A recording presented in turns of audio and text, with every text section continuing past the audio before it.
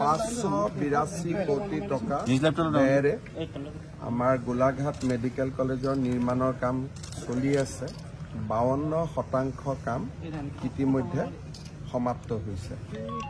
2026 চনৰ মাজভাগলৈকে এই মেডিকেল কলেজখনৰ নিৰ্মাণৰ কাম সম্পূৰ্ণ হৈ উঠিব আৰু 26 চনৰ পৰা আমি এডমিশ্যনৰ ফালে যাব পাৰিম। গতিকে আজি মই কামখিনি চালোঁ আৰু 1.5 বছৰটো লাগিব, কাৰণ এইটো অলমষ্ট 600 কোটি টকাৰ প্ৰজেক্ট। জিলা আয়ুক্তৰ কাৰ্যালয় আপুনি চাইছে? জিলা আয়ুক্তৰ কাৰ্যালয়ো মই ভাবোঁ অহা বছৰ ডিচেম্বৰ মাহলৈকে হৈ যাব। সেইটো প্ৰায় 43 কোটি টকা। কেঞ্চাৰ হস্পিটেলখনো অহা বছৰতে হৈ যাব 25 চনত, কিন্তু মেডিকেলখন হওঁতে হয়তো 26 চন পাবগৈ।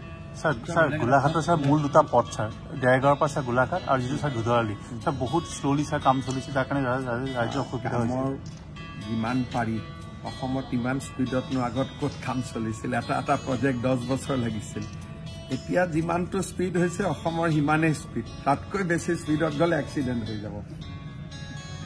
আমাৰ ৰাজ্যখনৰ এটা স্পীড আছে নহয়, সিমানেই স্পীড। আগতে এখন মেডিকেল কলেজ হওঁতে 15 বছৰ লাগিছিল বা নহৈছিলে, এতিয়া 3 বছৰ। ইয়াতকৈ যদি আৰু চমু কৰিব যোৱা যায় এক্সিডেণ্ট হ'ব, অৰ্থাৎ নিৰ্মাণ কাৰ্য বেয়া হ'ব, কণ্ট্ৰেক্টৰে টকা খাব, য'ত পানী জমা হ'ব নালাগে তাত পানী জমা হ'ব, নিৰ্মাণৰ পিছত ৱাল ফাটিব, এইবিলাক আৰম্ভ হ'ব। সেইকাৰণে এটা নিৰ্দিষ্ট গতি আছে, গতিত শেষ হৈ যাব। পঞ্চায়ত ইলেকশ্যন কেতিয়া হ'বগৈ? জানুৱাৰী 1st উইকত হ'ব। পঞ্চায়ত ইলেকশ্যন ঘোষণা কৰা